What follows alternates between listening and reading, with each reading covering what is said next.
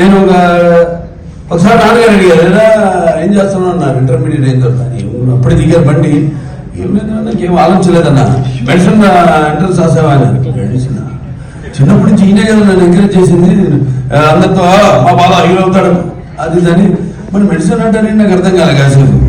సరే ఇంత పెద్ద గైడు అంటే అప్లై చేయమన్నారు, అప్లై చేశా. ఏ రోజు అయితే ఎగ్జామ్ ఉందో ఆ రోజు పొద్దున వరకు హాల్ టికెట్ రాలా, పోస్ట్పోన్ రాలా, ఇంకా రాదని కరెక్ట్గా వచ్చాడు.